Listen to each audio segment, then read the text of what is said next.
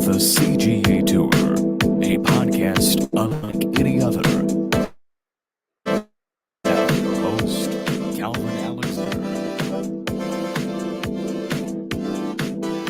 Welcome back to the latest episode of the CGA Tour. As always here, I'm your host, Calvin Alexander, bringing to you a great podcast with Brian Shrull tonight, former Oklahoma State student as well, but now we're both Oklahoma State alums, sports media. Shout out to the program. Want to talk through Oklahoma State hoops, Oklahoma State's BIG12 schedule that just got released football-wise, and, of course, recap the Super Bowl from last night. So, I got to say, my Super Bowl experience was a little odd. I ended up going to Glendale to be around the Super Bowl, but didn't go in. Guy Fieri's tailgate was nice. It was fun. It was great. I will say shout out to Austin McCarthy, former Big 12 repeat guy and Oklahoma State student who got us in. But, Shrull, what are your initial takeaways from Super Bowl 57? Well, first off, it was just a great sports weekend. And I think you probably got the best experience of it, getting to go to one of the most fun golf tournaments, Waste Management Phoenix Open, kind of just the craziest golf tournament you're ever going to go to with. I mean, there's like no rules. There was guys running on the course. I mean, people making the cup snakes. Like that's just a great tournament. I would say it quickly went from being awesome tournament, can't wait to come back here every single year, to also on the other side of this, never bringing a kid. Never bringing a kid, never bringing anyone under 21. The dads who had strollers who were just like, oh, excuse us. And I'm like, you're rolling your stroller over 7 to 12 empty Bud Lights. So good call. Oh, there's some pocket shots there. Wheels are getting stuck on there with the stroller. Not great. I would say it would make, if we did like a draft of places not to bring your kids, like singular events, right? And I'm saying kids, like, I want to go like under 21. You're under 21 here, just to, like, it's a big classification, because kids, like, yeah, don't bring your 5-year-old to the Super Bowl, but bring your 18-year-old to the Super Bowl. They'll be sick. Mm-hmm. I would say if you're under 21, absolutely, positively, 110%, do not go to the Waste Management Open, because one, there are enough private cops or undercover cops walking around. So if you looked like you were under 21, you could have got ID'd. Could have got minor public intoxication. There were enough. Or maybe just don't go Saturday when it's like slam packed, and clearly that'd be the day to go, and also the day for that type of mischief to happen and take place. Mischief's the wrong word. I mean, it is technically a crime, but and don't go Super Bowl week in the same spot. Yeah, probably I'll just skip that Waste Management Open entirely. Just be like, you know what? I will say the fact that like Arizona State is so close, and Arizona State is known widely across the entire nation as being a party school, just got to help them out. It literally just, CBS does a good job of showing it looks like a party the whole time. And that is definitely a place you don't want to go if you're under 21. Especially, set aside, don't bring a kid that's in a stroller to a golf tournament at all. Like, there's a lot of walking you got to do, unless you're literally going to pick a place and sit there all day. You're going to do a lot of walking. You don't want to be pushing the stroller. The kid's going to get bored. There's not a whole lot for them to do, because golf isn't the fastest sport. And then on top of that, don't go to the Waste Management Phoenix Open, especially if you're paying for someone to then have to push them around and not like really enjoy it. Yeah, no. I could say there's a lot of fun to be had, unless you bring in a kid. That'd be the thing. Like, because it's like shoulder to shoulder at some parts, especially in the places you want to be. That's not a friendly zone for any motorized vehicle or non-motorized vehicle of any type. I mean, that is there was a guy who's in one of those like grocery store kind of like scooters, like clearly he has, physically handicapped a little bit. Yeah, I felt horrible for him, because like he can't see over anyone, he can't see through anyone. He's just got to go like a mile an hour, if that, the entire time. So anyways, Waste Management Open, 10 out of 10 experience for myself or you, going, but it's a specific target like group of people that are going to have a like the most fun ever at a golf event. And then there's a wide range of people where it's like, well, you know what? Like, if you're over 60, maybe think twice. Maybe think Yeah. twice or plan the day out. Plan the day out just a little bit.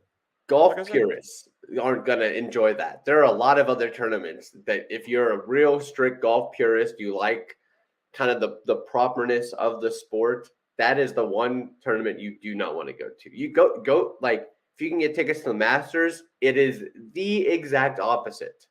No phones allowed at Augusta. I mean, it is hush, hush. You are silent every shot. Waste management, they want you to be loud. It just that's not the place. Not the place. But my Saturday was great. Saturday night was great. I got to sleep a lot this week, make up for it. So it was a good time. But go ahead. I was going to say the Super Bowl then just like kept it going with how great a game that was. And it was just a perfect follow-up to your Saturday then. Was a great, entertaining Super Bowl. Oh, yeah. I got to say, as Super Bowls go, last year's was 37 points scored total. Yesterday's one team scored 38 points, right in the Chiefs. So high scoring action. There was a turnover, by Jalen Hurts. So granted, there was some defense being played, and stuff. There was not some defense being played for a lot of the game, though, because granted, the over hit, right? It went over 70. So, and then the same aspect here, like great game, ton of points scored throughout, and a close game all the way until the end. Mm-hmm. I feel like there's two ways to think about this game. There's a way of thinking, man, this one play in the game really took down the whole game of, all right, this penalty being called right here of holding. Okay, because then that gave the Chiefs the game like right there with like 2 minutes left, right? But then you think about it and you can go, well, you know what? Football games are 15-minute quarters, and the rest of the 58 minutes of the game was pretty spectacular, where the Eagles could have had a chance to put them away earlier. They're up 10.5. And the fact that you couldn't hold on to a 10-point lead, I think they held the Chiefs to under 130 yards in the first half.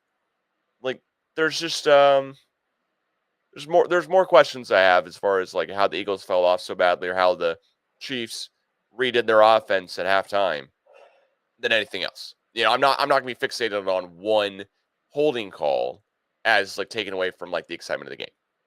I saw today that Bradbury even admitted that he did hold on that play. And sometimes, there's holding pretty much on every play in college and the NFL. It's whether it's egregious enough that it gets called or whatnot. But yeah, that one play does not define that game.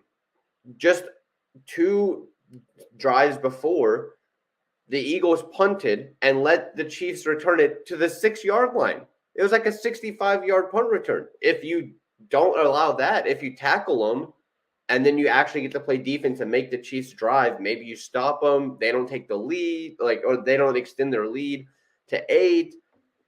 That was a huge play, I think, because the momentum was just all on Kansas City at that point. You had just stopped them on defense, and now you pretty much you're guaranteed to score at least 3. You're starting at the 6-yard line.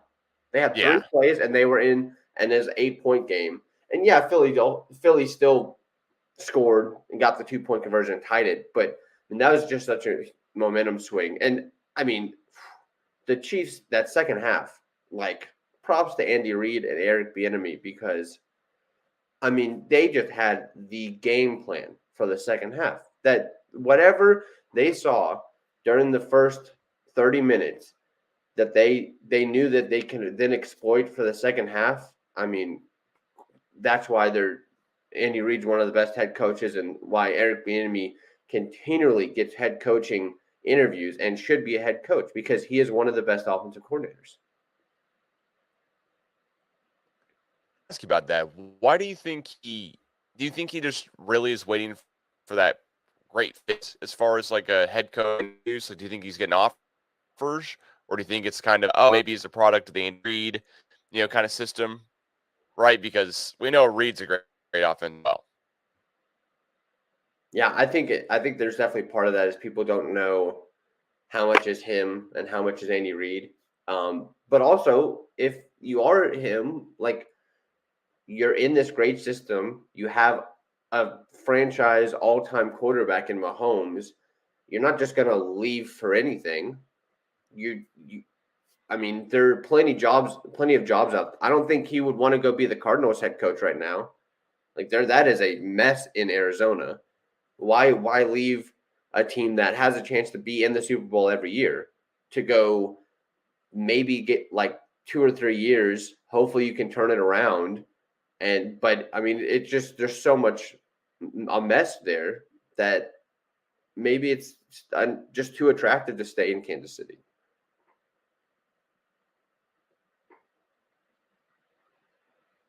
Yeah, I got to think if you're able to go to Houston this offseason, right? You get to draft a quarterback.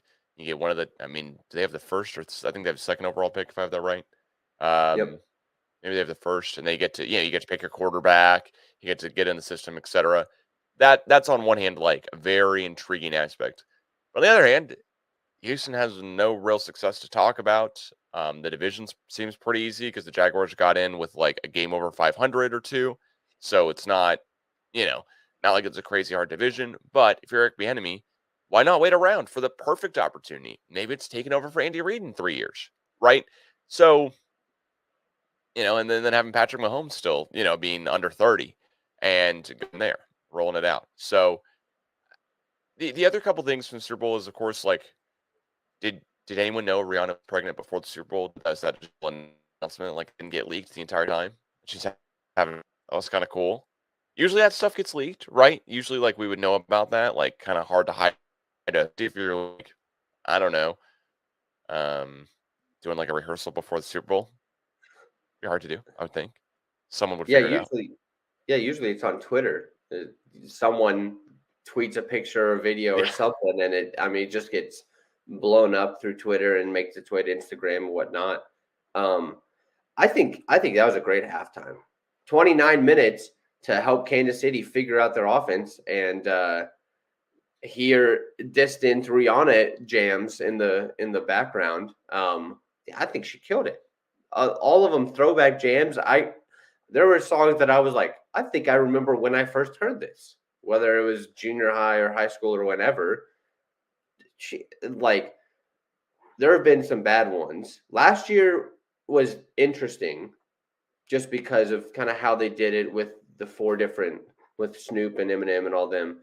But I mean, we kept waiting. I was watching with my wife and we just kept waiting like when is she going to bring out a guest star? When is kind of the big spectacle thing going to happen? It didn't, but it didn't really need it. She could carry the stage by herself and great. Good job to her. yeah. Well, all right. So my last Super Bowl-ish question here is, and I think it's a pretty easy one, but maybe not. Which team has an easier time repeating, Chiefs or Eagles? Getting back to the same spot next year, getting back to the Super Bowl. I mean, I think the Chiefs have a harder road to it. I mean, they had a hard road this year. Buffalo and Cincinnati aren't going anywhere. They still got Joe Burrow and Jamar. Still got Josh Allen and Stephon Diggs. Other teams look like they're getting better. Trevor Lawrence and the Jags are going to have another year. They're getting Calvin Ridley, so he'll have weapons. The Jets were a good team. They'll get Brees Hall back from injury. The AFC is not easy. And so I think they have the best chance because they have the best quarterback. Mahomes is the best quarterback in the NFL. But they have a harder road to get there. And their division was supposed to be one of the best divisions in the league this year. But the Raiders, the Chargers, I mean, it kind of Denver, who knows what's going on in Denver with Sean Payton coming in. So there's a lot that the Chiefs will have to go through to get back there. Whereas the Eagles, NFC East was good this year. Is it gonna be next year? Who knows? That division every year is just a mess. So they have the pieces as long as they don't lose like to retirement some of their key guys, they have a great chance of getting back to the Super Bowl. Yeah, my money would be the Eagles have an easier road to get out of their own division, or just because I think the Chargers are only going to get better. All the Chargers wide receivers are not going to be injured for most of the season again. You would think all of the Chargers offensive line, defensive line, and etc. wouldn't be injured again for a second season in a row, you would think. But then again, who knows? You figure the Raiders getting a new quarterback. We'll see, TBD, but Josh McDaniels is going to figure something out there or get fired. Who knows? But then the Broncos, I just can't think Russell Wilson will still be this bad next year. It just would be such a dramatic drop off from one season to the other. And it would be a true, oh, okay, so he was a product of the Pete Carroll and Seahawks system, which I don't think he wants to be whatsoever because his legacy is already just so corny at this point. I mean, that's the best way to say it, I believe. Then the rest of the AFC, like you're saying, so tough to get out of the playoffs, right? That Bengals game could have gone either way. It goes all the way down to the last play. And the Bills games are always going to be tough for Kansas City, but they overcame a lot of demons. They beat the Chiefs. They beat Kansas. They beat Kansas City. Beat the Bengals. They're for the first time in the playoffs in Mahomes' era. They're 1-3 now, which is weird to say. The Chiefs do not have a winning record against another team in the playoffs and in the regular season with Mahomes. But the Eagles, I'm not going to pass over it just because their own division had three teams out of that division made the playoffs. Cowboys, Giants. Giants have the reigning coach of the year coming back. You'd figure they'd bring back Daniel Jones and in his second year probably figure out a little bit more things. I don't know where the Barkley contract stands necessarily, but figure he's either coming back or they'd figure something out. Dak and the Cowboys is the very interesting deal here because new offense because Kellen Moore's gone. And there's a lot just, okay, what are they going to do? Rework Zeke's contract, redo whatever. So a lot of stuff up in the air in that whole division. Washington Commanders, I don't even know what their plan is at quarterback, period. Seems like they don't either. And then the rest of the NFC is where I'd be worried about, okay, it'd be a tough road to get back. But the Niners, they're starting over from a completely just, what are we doing at quarterback again? Is Purdy the guy for forever? That was the storyline before, but maybe this UCL injury means that he's out for a couple of games to start next season even. Who knows? And then, okay, they have Trey Lance. He should be back, but also he has a Liz Frank injury, from my understanding, which is the same injury that's kept out. I know it's a different sport, but Thunder basketball center Chet Holmgren for more than a year. So it'd just be interesting to see when Trey Lance comes back too, because Trey Lance didn't hurt it week 1. I think it was week 2 or 3, but still, he could not be ready to go start the season next year either. They're not bringing back Garoppolo, as they said. And I think that's the main team in the NFC that I'm worried about if I'm the Eagles, is okay, how can we beat the Niners? How can we do better than them? And I think the Eagles have an easier roadmap back. Also, they're not bad on offense. They have a lot of free agents, a lot of restricted free agents they need to bring back, re-sign. But they have 2 first-round draft picks. They have their own, and they have the 10th pick. And I think the Eagles will be good for a while. No one figured out really how to stop Jalen Hurts. I mean, honestly, at the end of the day, the Chiefs really didn't figure out how to stop him. They just basically just had to outscore him. They had to get some couple stops here and there to outscore him. And so, because Jalen Hurts was figured out in college, it was all right, he's not that accurate. And then that pass to Dallas Goedert last night, right over Snead's arms, as the corner for the Chiefs, was just beautiful. Goddard did bring it down. I think that was a catch, and it was just an amazing catch at the end of the day. But Hurts put it to him in the perfect spot for him to catch it there, and that really impressed me on okay, Hurts is accurate enough to really do some really, really good, do a really, really good job with this team. So, yeah, I mean, he put up MVP type stats. I don't necessarily think that's going to go away in year 2 just because teams have an offseason to look at him, and their head coaches are offensive, their offensive coordinators, Sirianni's known for his offensive skills. I know they are losing their offensive coordinator to be the head coach of the Colts, but then again, they're promoting their quarterbacks coach to be offensive coordinator. They're keeping stuff in house. Figured that the Eagles kind of got this a little bit easier path to get back. Not necessarily saying they will. I'd still put my money on the Chiefs just because they've done it previously. They've done it 3 out of the last 4 years. They got back to Super Bowl, but Eagles seem like to have an easier path. Yeah.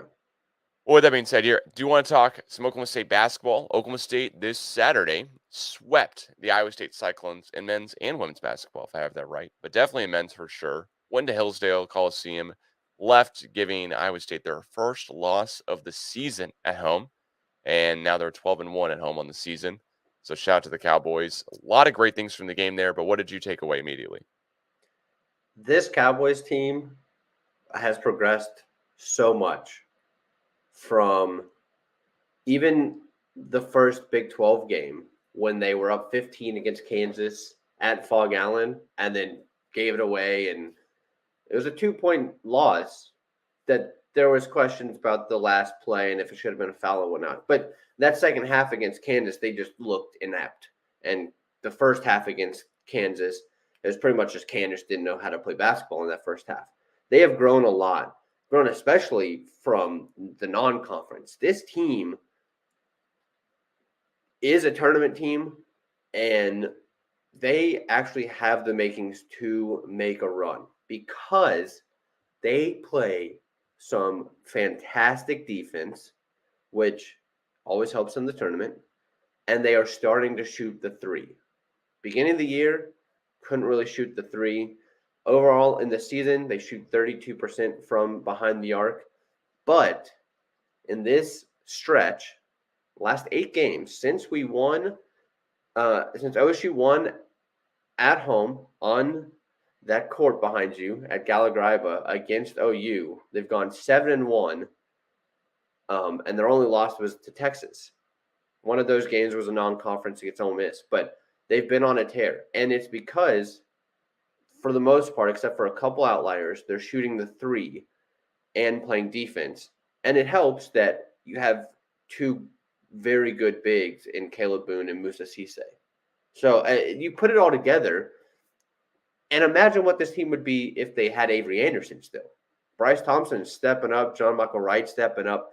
It's really just, it is a team effort.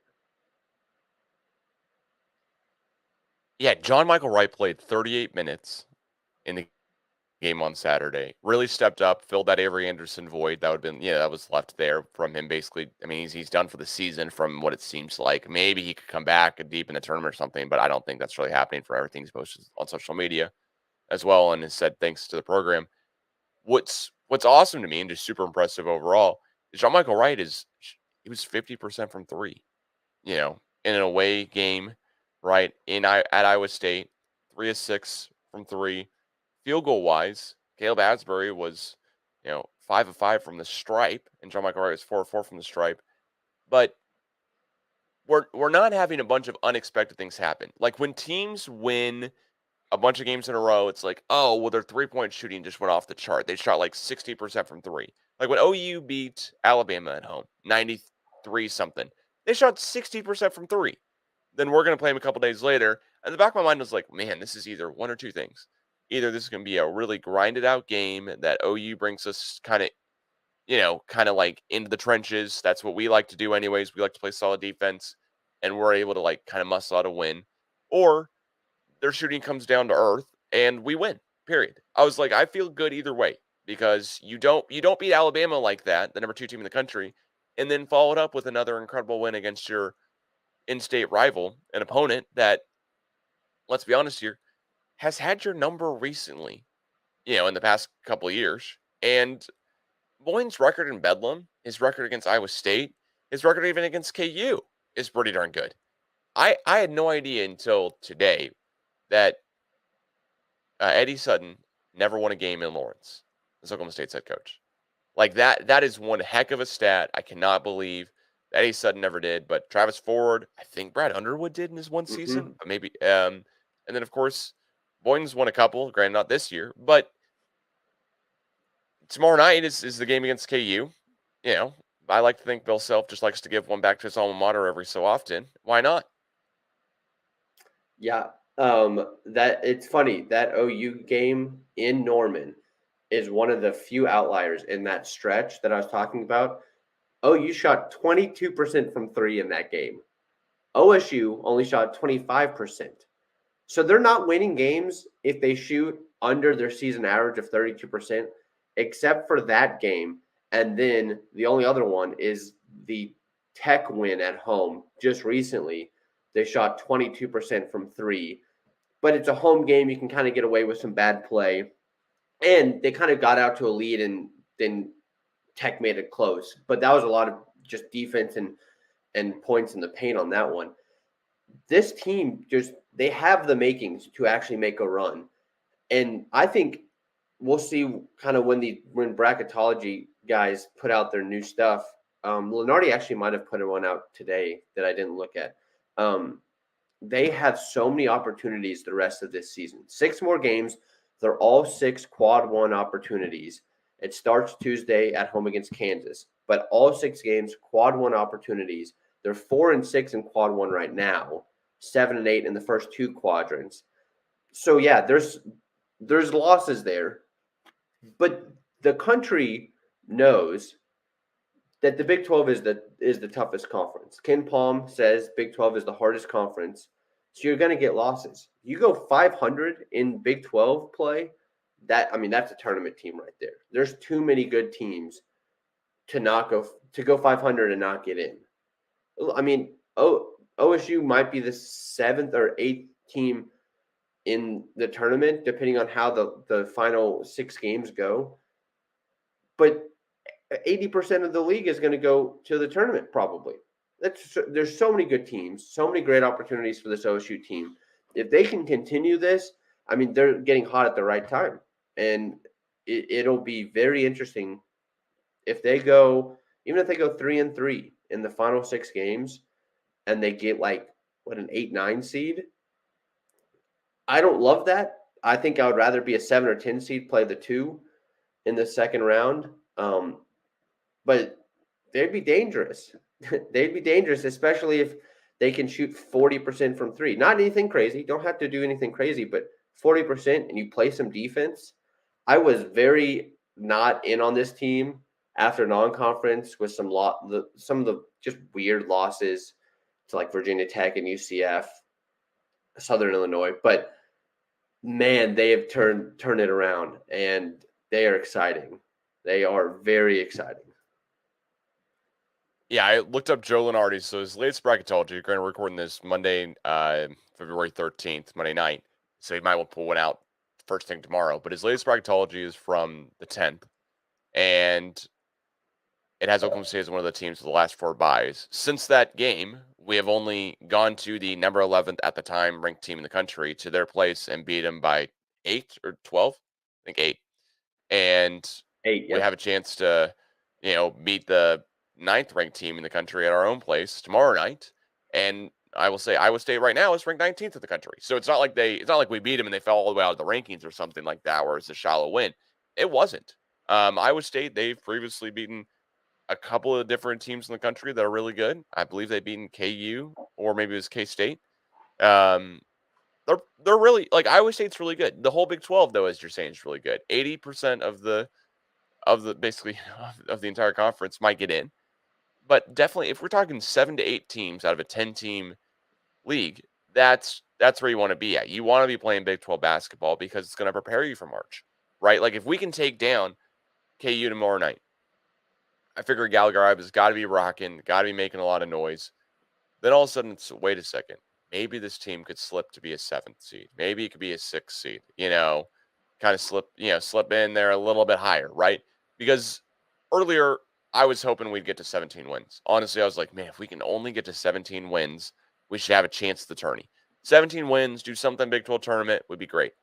We've got 16 wins right now. We're 16-9, and there's still plenty of games left to go.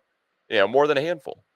So I think we're in a really, really good spot, and we're doing it when we don't even have amazing 3-point games or amazing free throw games.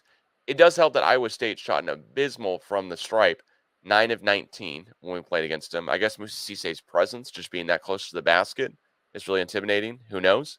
But we shot 70% from the free throw line. We still missed 6 free throws and got away with the win. We still shot 36.4% from 3 and still got away with the win. We didn't have to do anything crazy. We're 40%, 47% from the field against Iowa State. And Iowa State, all their numbers are worse than ours. Granted, that's how you win. But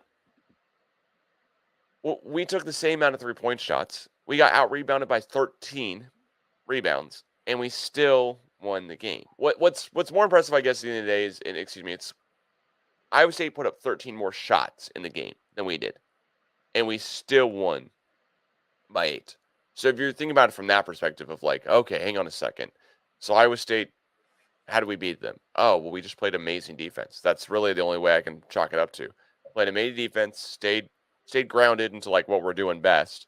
Just kept doing it even a little bit better. We're not changing up what we're doing. No one went just, oh my gosh, can you believe that Bryce Thompson went 6 of 6 from 3 or something? No, he went 2 of 6. He had a decent night. He's 5 of 12 from the field and played 34 minutes. Like, now one guy on our team besides John Michael Wright really just went off and went crazy. And John Michael Wright tied his season high with 19 points. So he's done it before. That's not that unexpected either. And he played a lot more minutes because of Avery Anderson being out too. So Yeah, this team, I really like looking at numbers. There's a lot of numbers in college basketball that can help you kind of discern and figure out what do these mean? What do these games mean? OSU is 6th in adjusted defense in the country. 6th. That's crazy that a team that at one point looked like they didn't have a chance of making the NIT maybe is that good. Granted, their offense 119th in adjusted offense. But if you're holding teams to 60, 65 points, and all you got to do is get to 65, 70 points, that's not bad. The only problem is you run up against a team that is just lights out that night from 3 and they can't miss. Yeah, it's going to be tough because you're not going to keep up with other teams. That is their thing, is they are just going to have to play solid defense and not let any team get too hot on them to where they're trying to catch up, because it's going to be tough when a lot of your scoring comes from in the paint or drive and kick, stuff like that. You don't have playmakers that are just going to just step back and just go 8 of 12 from 3. So it's, once you get to the tournament, it's so much matchup based. You just can't let a team get hot. You got to play defense. But there's a lot of numbers that are backing up how good OSU has been.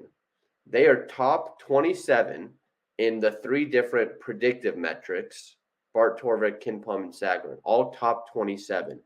And then their net ranking, which is what the committee really looks at to determine, that's how you determine like quad 1, quad 2 opportunities. They're now in the top 30, which means OSU is now a quad 1 opportunity when they go on the road for any other team. So they're right in the mix with all the other Big 12 teams on, well, it's good if OSU wins, but if the other team wins, it's also good for their resume. So now they are right in the mix with all these other really good Big 12 teams. I did not expect that earlier on in the year. But I think, Musa Cisse is a difference maker, and Caleb Boone is playing great. And this team has shocked me, and I am really excited to see this next 6 games. I would not have given them a chance to beat Kansas at home, but I think they do have a chance. Granted, you could listen to this on Wednesday and OSU gets blown out and I sound dumb, but I think they have a chance. definitely a good chance. A much better chance than what I thought earlier in the season for sure. I mean, there were definitely a group of people on social media. I mean, I'm not trying to generalize it too well to make it make sense, but there were people calling for Boynton's head. Be like, hey, you know what? Like, fire Boynton. How many times can we have this happen, etc.? What do you got to do? And one thing that I've seen recently that's really made an impact on my thinking of how Boynton is as a coach and how good he is or how bad he is, etc., is that he's a really, really good coach when it comes to February, like specifically. A really good coach when it comes to March. Like actually down the stretch, whenever the team starts playing all together, whenever the transfers actually have a chance to kind of fit into a mold and gel and guys fit in, whenever we have guys like Cisse missed several games earlier this year with an ankle injury. And it was just an ongoing deal of like, will he be back? Will he not? He's in warm-ups. He's not, right? We had, Caleb Asbury missed games earlier this season as well, too. But it just seems like whenever our guys can basically just figure it out, form that team that is really cohesive and brings it all together, then we gel and we're good to go. And then we're playing like this. Because earlier in the season, it was like, you know what? Like, I don't know. Like, I don't know if this team's got it. When you score 46 points, I'm going to ask questions. Always be questions going to be asked. I know it's Texas, but it was at home. Like, you should never be scoring 46 points on your own home court and the other team not be scoring only 48, right? Like, the Texas game there, they scored 56. It's not like they had a crazy offensive night or anything. But then again, like, you just got to score more points. There's just got to be better offense drawn up. I would keep coming back to that. Southern Illinois, we only scored 60. Like, it wasn't like that game was won because they scored 83 or something crazy out of the blue. So, okay, what are we doing? And then, as you said, 7-1. I think we've won 7 out of the last 8. Right? We're kind of saying the same thing there. It's the exact same stat. It just matters how you want to say it. And we're having guys step up individually each night. We haven't had the exact same top score in high amount of points on our team in back-to-back games since January 10th, for more than a month now. And that goes to show that we're distributing the ball well. Guys are getting hot up and down. It's not one guy just taking it over. And honestly, with Avery Anderson being out, I don't think it's a blessing at all because you always need depth. You always need guards. You always need the best guys on the court at all times. But if I'm looking at it through, rose-tinted glasses and trying to really put the best perspective here, it's all right. Well, John Michael Wright just has to play more minutes now, and he's much more of a guy who's going to be controlled with the ball, bring it down the court. He doesn't play as good transition offense or defense as Avery. He just really can't keep up. But he's much more a guy who will control the pace of the game. And I think that's the way Boynton likes to play anyways. And it's going to lead to some positive and some negatives for sure. I'd rather have Avery, of course. But if I'm really trying to look at this glass half full, okay, you know what? Like, this is how we'd win in the Big 12, is by slowing the pace down, playing really, really good defense, and then hitting some shots in some key moments. Like the Iowa State game, watching it Saturday, I didn't go, oh, man, I think we're completely out of it. I went, I think they're coming back. I think they're coming back. But that was it.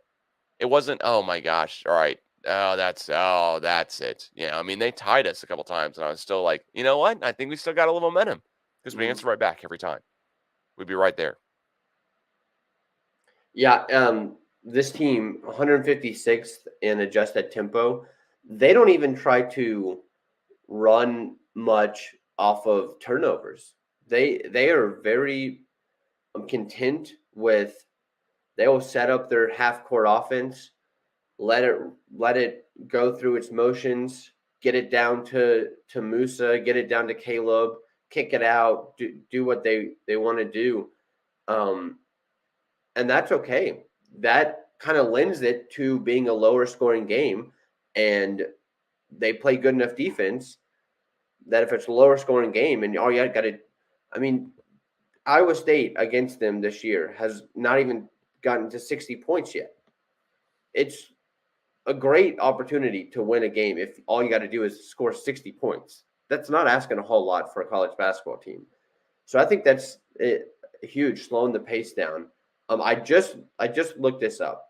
So to kind of go with the Mike Boynton needs some time, it also helps when a guy comes back. Musa Cisse comes back in that OU game. Only played 2 minutes, but it was his first game back after injury. And they've gone 7-1, or they've gone 6-1, I guess, since then. Well, no, 7-1. Yeah, they played 8 games. The only loss was the Texas loss on the road. He must be the most important player if we're really looking at it. That they've gone on this run since he's come back, and now it's not all on Caleb Boone to be that one big guy. Musa it's a tag team down there. And most teams aren't going to have 2 big men that can play that well in the paint. They're a lot more guard centric. So maybe that's an advantage that the Pokes have. When they get to the tournament, they play a team that really doesn't have 2 big men that can stop them, and they score 40 points in the paint. That's a points in the paint is a very interesting statistic if you can't play defense against it. Yeah, the points in the paint, the fact that really so many teams now play basketball just like you'd see in the NBA, where it's catch and shoot threes, cut to the basket, catch and shoot threes, cut to the basket, grab some rebounds, toss it back out. We're one of the few teams I want to say in the NCAA that doesn't do that. That's not our staple. We're gonna have Bryce Thompson hit a pull up jumper, from the free throw line and be that clutch at it, be smooth as silk with it. But that's gonna be our MO as a team: is play really good defense and hit really good shots and play team basketball, but really use our bigs to get the ball down low and to beat the guys up inside. You know what's really hard to do in basketball is prepare to play a guy who's 7 feet tall, especially a guy who can move as well as Musa Cisse, because they don't exist. I mean, how many times have you ever played pickup basketball and gone, man, this guy's just as tall as I am? You and I are around the same height. I think you're a little bit taller than I am. But at the end of the day, I'm not playing against a bunch of other guys who are like 6'2", 6'3". I'm generally playing against guys who are either 6'5", 6'6", or are 6 feet tall, right? So I've got like a little bit of size. But when I play against a guy who's like 6'6", I'm like, hopefully I never play him again, because the only chance I'm going to have to practice against this guy is right here, right now. Never going to see him again, probably. And when I do see him again, I'm like, this guy, I can't figure it out because he's so freaking tall. Every shot that I normally would try doesn't work at all because he's taller than I am by a good margin, right? I mean, 3 to 4 inches if I'm 6'2", 6'3", is not a small amount. And at the end of the day, that's what Musa Cisse has over so many of our opponents. And Caleb Boone, he's so good with both hands, driving lane up to the basket, has such a good feel for the game. That's one of those where you could combine two players and make them into one. Caleb Boone's offensive touch and his touch with the ball in his hands, and Musa Cisse's ability to absolutely just be an athletic, God amongst men. You could combine both those guys, you'd have a number 1 overall draft pick, I feel like, at the end of the day, because they are both so good at those things they do. And I'm so happy both of them are on the team because we dominate inside the paint. The teams want to bring it down low, then they've got to really get lucky that we have some foul trouble. And it's nice, too, saying that we have 2 of them, because then when one gets in foul trouble, it's like, all right, cool, let's just run the other play with the other guy instead. It's a nice luxury to have here, which we don't usually get to say. I mean, I'm used to like the Marcus Smart teams where it's like, oh, Michael Cobbins, who's barely 6'8", maybe 6'8", is playing center. Oh, LeBron Nash is playing center, like maybe 6'8", maybe 6'9", but he's definitely more of a wing as just to how he wants to play. Man, he's playing center. Now it's like, no, we have a guy who was a 5-star recruit coming out of high school who's 7'1", who's playing center. And the other guy who plays center for us is a guy who's been on the roster for, I think now, is this Caleb's 4th year? Is he like a true senior? I want to say. I'll look it up here to make sure. Yeah. But he's got such experience and such a good feel for the ball and his, ball in his hands going to the basket. Caleb Boone taking a good shot, making a good attempt. At the end of the day, I think we really are like blessed to have this team. But it's also very interesting because we've seen the bad side of this team. I don't necessarily think that that's just gone, because you can play great for 6 games in a row and then have one bad game and be like, crap, all the skeletons are back. But at the end of the day, I feel really good when you get to play a team that you shouldn't beat. I don't know if we're favored against KU tonight or not, tomorrow night or not, but KU coming into Gallagher-Iba, it seems like they typically lose these games. I don't want to get ahead of myself. I'm not trying to jinx anything, but this is a game where I feel like we really do have a chance. Also, just want to throw out there, we're currently 4th in the standings in the Big 12. We're 2 games back with 6 games left. Not going to say we're going to win the Big 12, but that's not where I thought we'd be. That's not where I thought we'd be, 1 month ago. 1 month ago, I'd be like, oh my gosh, can you imagine if we get over 500? And now we're 2 games over 500 at least. Go show you how competitive the whole conference is. Yeah, it's crazy. I don't think they're going to be able to catch them just because of the schedule. I mean, you got to play Texas or Kansas. You go on the road to TCU. That'll kind of depend on if Mike Miles is back. If he's not, then that's a great opportunity to win at TCU. But still going to be a really tough game. I mean, they've shown that even without Miles, they're a good team. Then you got to go to a tough Morgantown, and then you're home against K-State, who is also a really good team. Then you're home against Baylor, and you end it on the road at Tech. So yeah, there's definitely opportunity that they could be right there. If Texas kind of takes a couple losses, that they're fighting for the regular season title. I don't expect that, but there's a chance. To continue our little thought experiment about our two twin towers that are running the paint, right now, Joe Lunardi has Oklahoma State as a 10 seed to facing Providence in the first round. So Providence really only plays two forwards, like actual minutes. They got one forward, Clifton Moore, who they play 14 minutes a game. He is 6'11". Their other two forwards that they play 27 and 34 minutes a game are 6'8" and 6'7". So unless they give the guy who is averaging 5 points and 3.5 rebounds a game a lot more minutes to try to handle Cisse or Caleb Boone, you're going to have 6'7", 6'8" guys going up against a 7-foot Musa Cisse.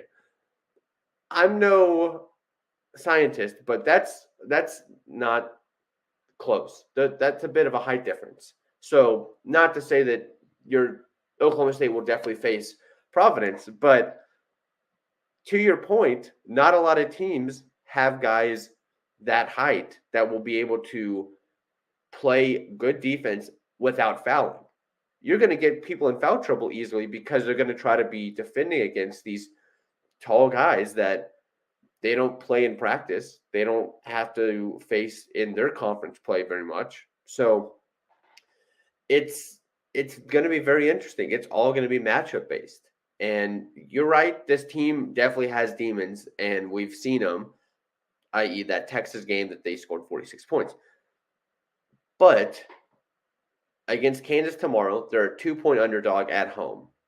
If they can play defense well enough to slow down a really, really good Jalen Wilson, keep Grady Dick from lighting it up from three, that might be enough just right there to keep you in the game and make some clutch shots that now Bryce Thompson and John Michael Wright and other guys have shown that they can do. They can make some clutch moments, and that might be enough to beat Kansas. And then, what do you know it? That's another quad one win. 5-6 in quadrant one. Not a ton of teams have 5 quad one wins. So it's a benefit and a curse to the Big 12 schedule. Is you get a lot of opportunities to really make a name for yourself and just boost up that resume. But you got to play some really, really good teams every game. Yeah, the other thing I'd say here is that to add to our possible dominance here down the stretch, I'm not trying to get into March necessarily because we'll see where we're at, after the Big 12 tournament, et cetera, as well too. But every single player that we have on this team that sees valuable minutes, I'm saying more than 12 minutes a game. Basically, I'm just cutting off, our guard Williams, who's a freshman, Keon Williams, I think is how I say his name. Basically, besides him, every single guy on our team is a junior or senior. So it speaks to the experience we have on the roster, the experience we have going, kind of on this stretch run here, the final 6 games. There's 3 more home games, 3 more away games. Senior night is against Baylor on a Monday. Could not think of a spookier night to play if you're Baylor coming into Gallagher-Iba, right? Oh, it's an 8 o'clock tip. I'm getting way too ahead of myself because tomorrow night's an 8 o'clock tip too. Valentine's Day, I think KU's really going to be just super excited to come into Stillwater with Gallagher-Iba rocking, everyone making a ton of noise.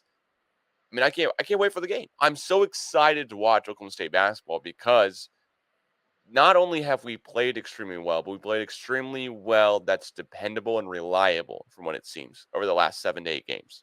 This is not like a fluky deal. I keep coming back to the same thing. We don't play in a play style that is fluky. We don't play in a play style that doesn't travel well. Defense travels. Like, that is one thing we know. 6th best defense in the nation, as you're saying. That's incredible. That's something that we can depend on down the stretch. We know we're good at.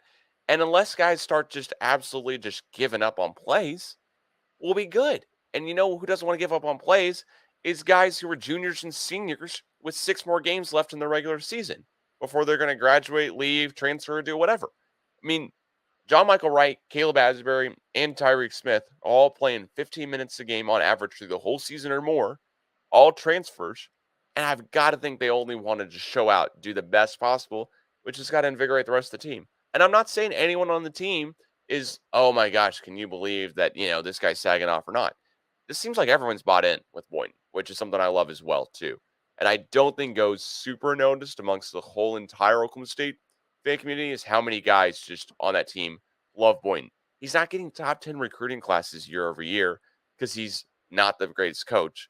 He's just not getting top 10 recruiting classes. He's getting top 10 recruiting classes every single year because he has guys buy into his plan, his system, his personality, which keeps him coming back, keeps him dedicated, wanting to keep playing harder for him. And yeah, you know what? Like Keelan Boone transferred out of Oklahoma State, hit 30 points the other night, but it's for a school I can't even figure out what the name of it is exactly. If I want to go see Pacific play, I'm not sure where they are exactly. And that's no offense to him necessarily. He went to go into a better option for him. I would guess he'll probably try to transfer again to a bigger program, bigger opportunity.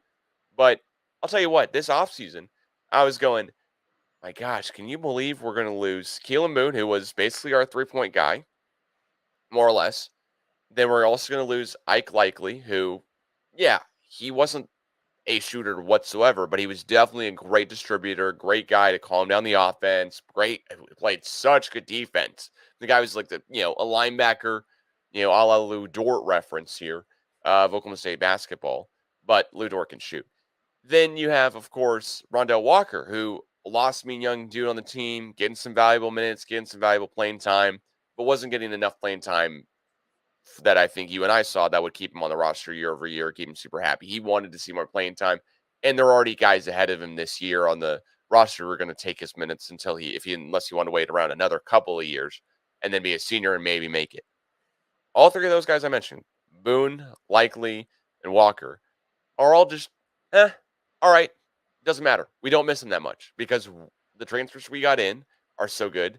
I had no idea a guy, John Michael Wright, who went to a college before Oklahoma State, that I don't even know what division they're in. I don't know what conference they're in.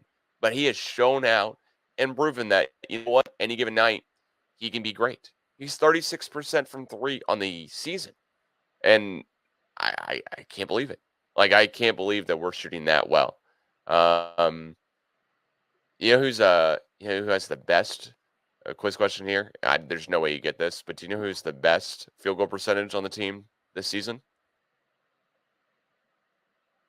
And there's no way you get this because it's really just a joke of a question, to be honest. I'm guessing we're not including people who've taken like one shot, right? No, I am. That's why it's a joke of a question. Oh, okay. Yeah.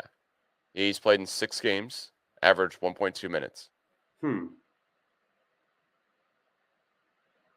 I do not know. Weston Church, 100% from the field. Get this guy in the game. Got to get him in more games. But do you know who has the best 3-point percentage on the team this season, though? This is a fun question, and I'm not going to go with any of these guys. I'm going to go with like a guy who's playing more than 10 minutes a game at least. Best 3-point percentage on the team. I want to say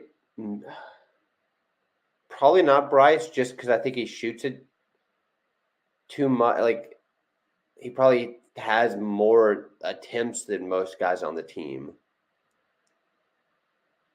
But I don't know. Maybe him, just because he's shot it well recently. By a small margin, it's him. So Bryce is shooting 38.5% from 3 this season.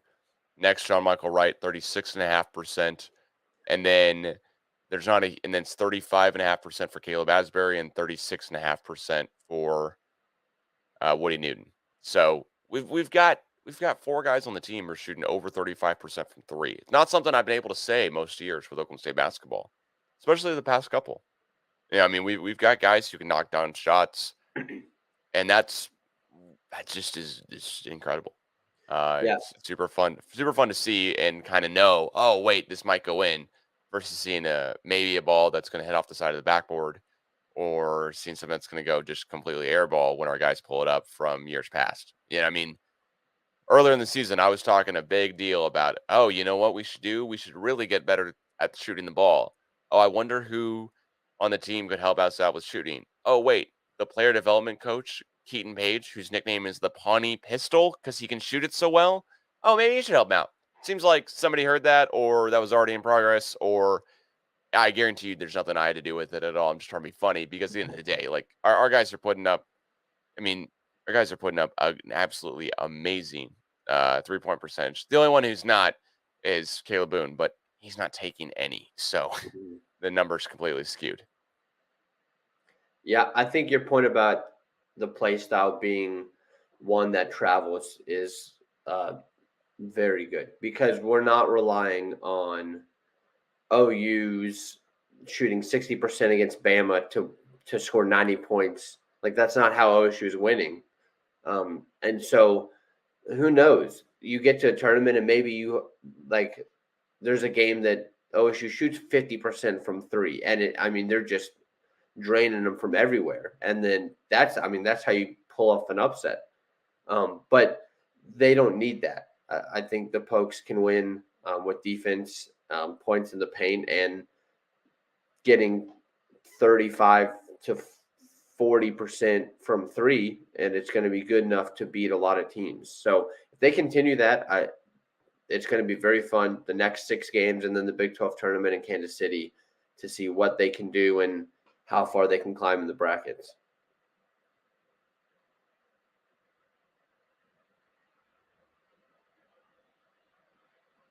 Yeah, well, I got to say, we've talked about Kansas City. We've talked about the Chiefs. We've talked about where Big 12 tournament every year is held. For some reason, it's held in a state that there's no teams playing in. Maybe Missouri wants to come back at some point. I don't know if we take them at this point because their football prowess is just not there.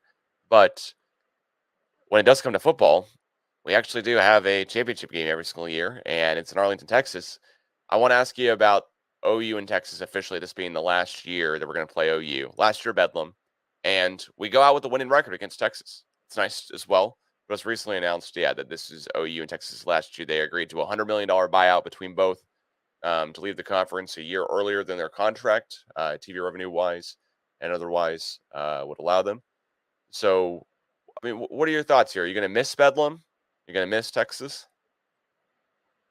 Yeah, it's always great to have a rivalry game, and I think OSU OU is even though it's been lopsided recently, especially like when we were students, it's still fun. It's still something you can get up for. It's still rivalries are always great. So it's gonna be interesting for Oklahoma State just to see what does that look like in the post OU Texas era of Big 12. What are they gonna? Who's gonna be kind of the team that they're rival with? But new opportunities are always fun, and one last chance to beat them in Stillwater this year. It's like the 4th to last game of the season, so not at the end. It's kind of more towards the middle of the conference schedule. So it'll be interesting. This is not necessarily the OSU team that I would want to be ending this Bedlam series with, but we'll see. The new era of the Big 12 will be very interesting with these 4 teams. And the schedule, the way the Big 12 did the schedule this year, it is interesting the way they put it together to get these 4 teams in. Every team is at least facing 2 of the new ones. But the travel, there's some interesting travel to the schedule. OSU not facing any Texas team but one, just Houston. They travel to Houston, and that's the only Texas team they face. That doesn't make sense, really. But it's interesting.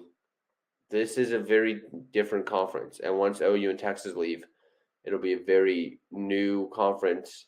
TCU just went to the national championship game. The landscape of the conference is changing for sure. Yeah, I honestly can't believe that Texas and OU are leaving. It just seems odd because we've been playing Texas in football every single year straight since '96. I was born in '93, so it's been my entire life.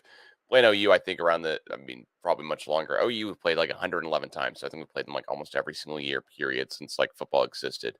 And the biggest difference to me is that when Les Miles was the coach at Oklahoma State, the coach right before Mike Gundy, he beat OU back-to-back years, 02, 03. It was like, oh, okay, well, they're beatable. Like, okay, we can do this. And since then, I've always really gotten excited for Bedlam because it's been Bedlam, it's been in-state teams, it's a big deal. But I've also just been really kind of melancholy about it because I feel like we're gonna lose. Like we don't win. We just don't win Bedlam. We don't win in the history of Bedlam. I wish I could say we have a much better record before Gundy or before or less, but we don't, and it's really really annoying at that point. Um, on the other hand, here I got to say Texas I will really miss because I'm not sure if you know this, but 9 out of the past I'm doing this right here math wise. Yeah, 9 out of the past 14 games that nine out of the past 14 times we played Texas, we've beat them. I mean, we beat them 9 times since 2010. So I think I'm doing the math right here on that one. We beat them for the last time. We'll play them for who knows how long, right? Our non-conference stuff. We've got games scheduled until 2033. So non-conference wise, who knows when we'll get to play some of these teams again? We could schedule a team like in 3 years. Don't get me wrong. I'm sure not all of our non-conference games have been scheduled, but still, I don't think we're looking at doing that. And Texas beat us in back-to-back years in 2019, 2020. Before then, the last time they beat us back-to-back years was in 09, 08. And this really just proves to me is that, and Texas beat us literally from 1998 till 2009. So what this really shows to me here is that one, Texas is not having their best years of their program ever. That's not anything new. That's old news at this point. The Texas is back joke in air quotes is definitely a joke at this point more than anything else. Patrick, who's went to Texas, who's on the podcast, breaking down the whole Big 12 schedule as well, just because I want to get all the perspectives I can, was going, yeah, you know what? Even if we are ranked top 25, I'm not going to believe it until I see it now. Whereas last year, when I did a Big 12 season preview podcast with them, he thought Texas was going to go 11-1 and beat Bama. Now, granted, that game was at home, and they almost did, so give him credit.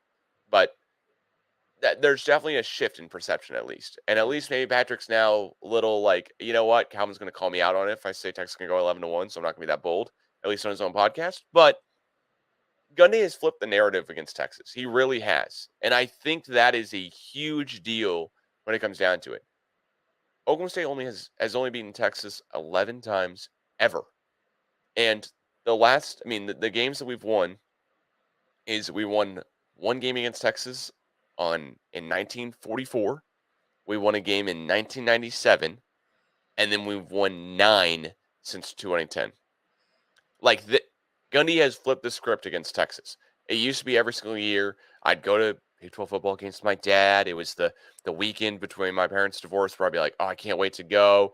We're going to see Texas. They'll be close this time. Dad will be really, really close. And a lot of these games are really close. 08, Texas beat us by 4. 07, Texas beat us by 3. You can go back a little bit here farther too, and it's closer-ish. 02, Texas beat us by 2. But then Oklahoma State just started figuring out Texas. Gundy figured him out or did whatever he needed to do to just win the games. Because last year, the Oklahoma State football season did not go down the way anyone wanted it to. Down the stretch, it was just abysmal. We were 7-1 to start out the season, and then we didn't win another game the rest of the year. We lost 6 straight.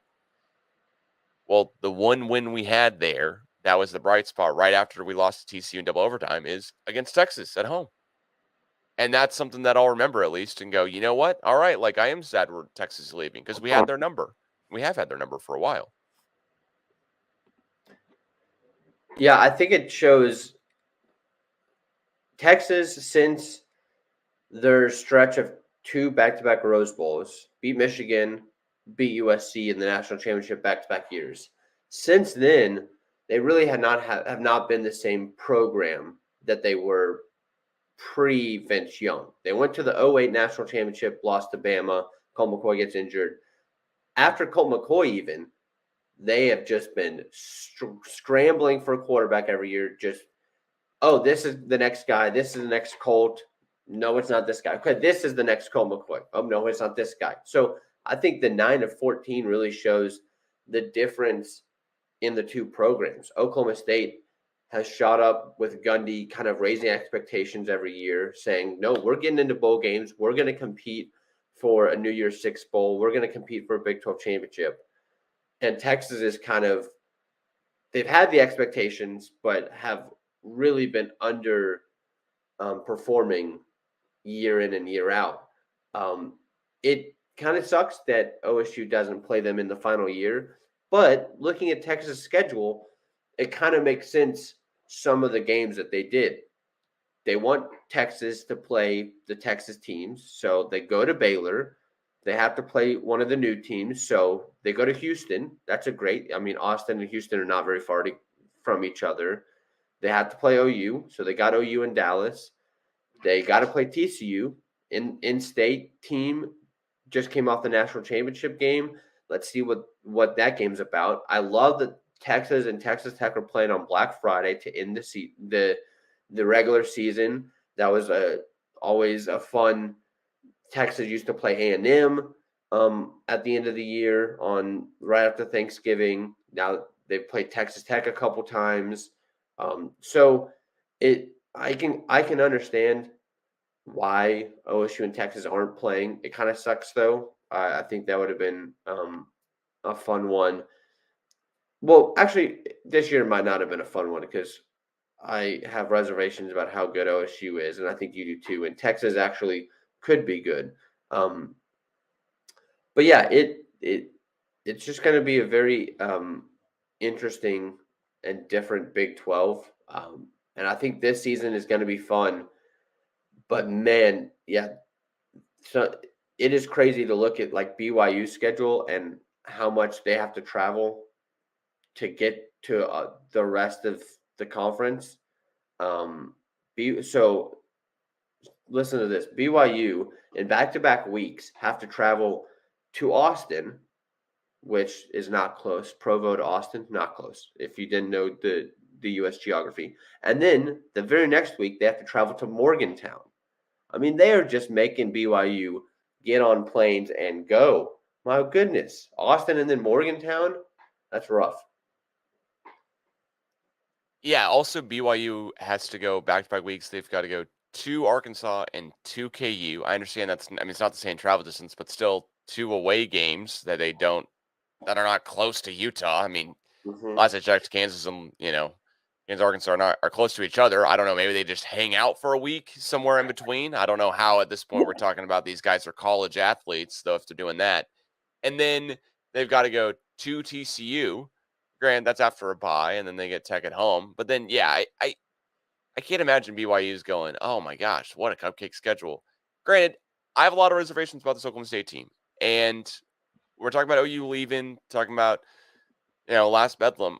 I really, really hope Alan Bowman is just awesome. I don't see it happening, though. I'm very skeptical at best. But the worst thing I can do as an Oklahoma State fan right now is go, oh, woe is me. The season's over before we even want to see one snap. So I'm going to hold out hope as long as I can. And then if we lose 48-0 to K-State or something, I'm going to go, what in the world is going on in Stillwater? And be absolutely shocked. But until that game last year, I was like, oh, we're decent. We're all right. Then that game happens and start kind of rethinking the whole season. And then there's the deal where, okay, Spencer Sanders was coming back or not. I don't know. There's the deal where, okay, we don't play another Texas team besides the new Texas team that's joining from the state of Texas, at least in Houston. That seems a little odd. I would like to play Texas again because, like I just went a whole rant about, we have their number. I'd like to play TCU, although maybe not this year. But then again, they've got a brand new quarterback coming in. So who knows? All things being equal, maybe we'd be a decent fight against them.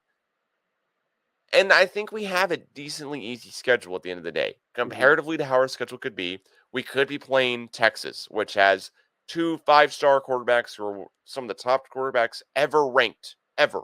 Top 5 ranked quarterbacks in the history of rankings are going to be battling out to be starting for Texas.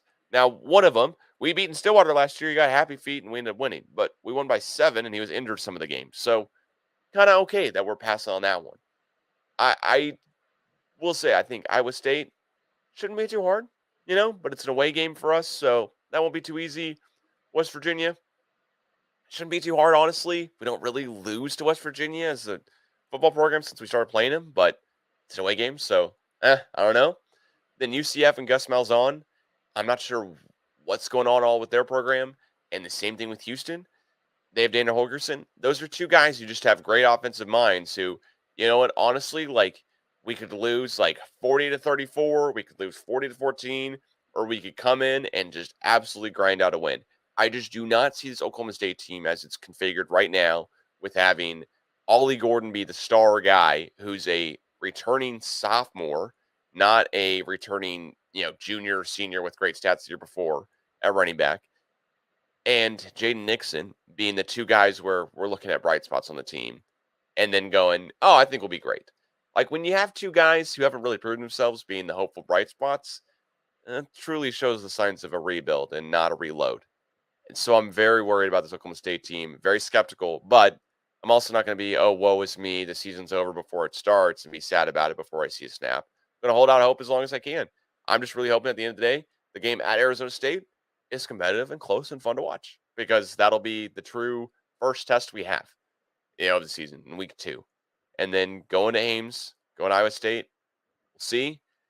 Sucks again that we got screwed with this early bye week game, but oh well. I'll say the other nice thing here about the schedule is that our last game of the season is at home and it's against BYU.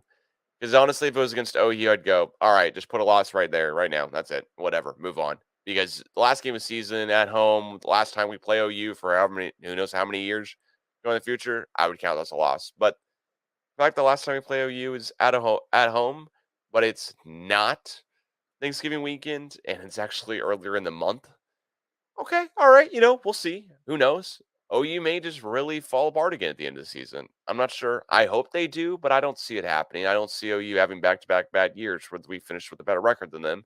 And that's also we finished a better record when finished the same record, excuse me. But that's also when we went 7-6. I just don't see OU having that year again. I could easily see looking at the schedule here of going, I think we make a bowl game, but I'm not confident enough to go that we win any more than 8 games. I'm not confident to put anything close to that, right? Yeah, the schedule lends itself to OSU being a team with question marks. Mike Gundy trying to kind of figure out what he has exactly and put things together. Because, like you said, the road games are okay. Some of the teams you have at home, much rather have them at home than on the road. You get Kansas State at home coming off a Big 12 championship. You get a kind of up-and-coming Kansas team. We don't know what they'll be, but, man, they were putting stuff together last year. You get them at home. You get Cincinnati, who has had good seasons in past years. Don't know exactly what they'll be. You get them at home. You get Bedlam at home. You get BYU to end the season at home. So really, the schedule lends itself to if you can put the pieces together and kind of figure things out, you can make a bowl game if you're winning the games that you should, winning your home games. I don't know if I trust that they can do it, but I think OSU got the good end of the deal with the schedule. Hey, I'm very shocked that OU's not going from 1 week playing at BYU and the next week not, isn't going to at West Virginia or Texas is doing the same. I am pretty surprised on that at the end of the day because TV money for what it may be, that wouldn't be great, like network viewership, I'm sure. But then again, why not kind of stick it to OU and Texas a little bit there last year in the conference? Because I got to say, the first time I talked about the schedule here, the schedule came out and it was OU and Texas can't leave. They're not going to be able to buy out. They're going to stay. And then a week later, it's okay. They're both gone a year early. So everything can change all the time. And I would have loved to see the Big 12 schedule makers, for whatever reason possible, just go, you know what? Yeah, we're not going to let OU and Texas get out scot-free. We're going to definitely stick it to them a little bit. And I will say, like, OU's last game of the season being a home game, you know what? Good for them, but it's to TCU. Like, they don't have an easy schedule at the end of the day. Texas, as I just went on a rant about, like they won't be bad necessarily. And then they've got to go to Cincinnati. They've got to go to Lawrence, which probably not horrible, but they've got to go to BYU.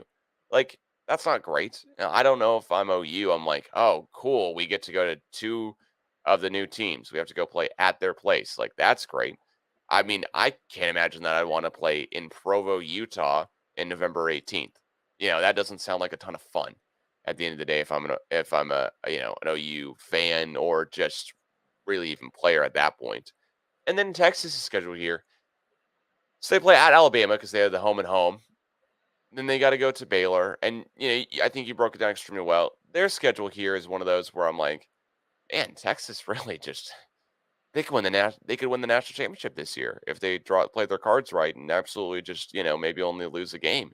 Because the games they play that are away games are Alabama. So yeah, of course that's bad, but it's the second game of the season. If Alabama does what Alabama should do and they lose by a touchdown, it won't matter. Texas will still be in the top 10 in the country no matter what the rest of the season, right?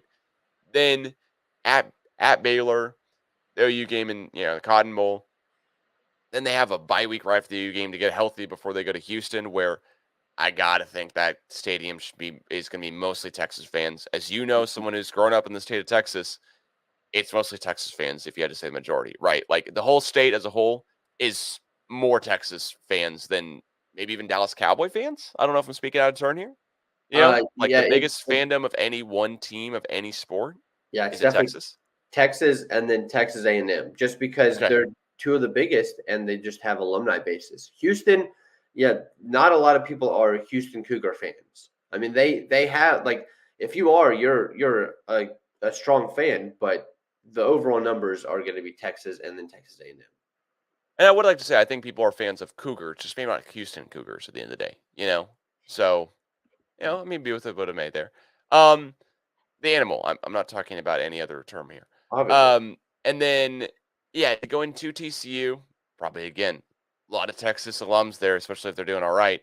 And then to Iowa State, not great, but the at Iowa State game is really the only tough road game of the season besides, of course, Alabama.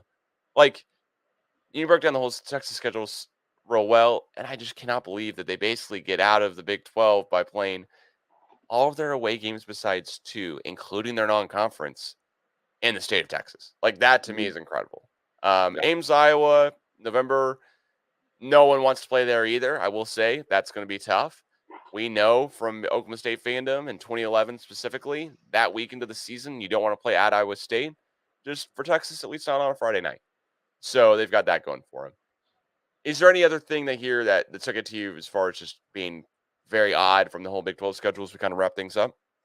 I was kind of hoping that we would get a BYU Baylor rematch because they played Mm. this year in non-conference, and that was a really good game. I was kind of hoping we'd get that. I'm circling October 21st when TCU travels to Bill Snyder Family Stadium in Manhattan, Kansas, to take on the Kansas State Wildcats, Big 12 championship rematch.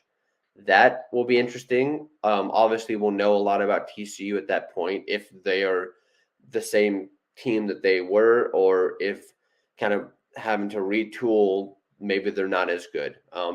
So it's later in the conference slate. We'll kind of know a lot about both of those teams coming in, and then I'm just excited for Kansas. I really want to see, can they kind of continue the momentum that they had last year, because they have some interesting games. They play Illinois in their second non-conference game. It's home. Then they go to Nevada, and then they have homes against BYU and UCF and K-State all this year. So there's some interesting things there.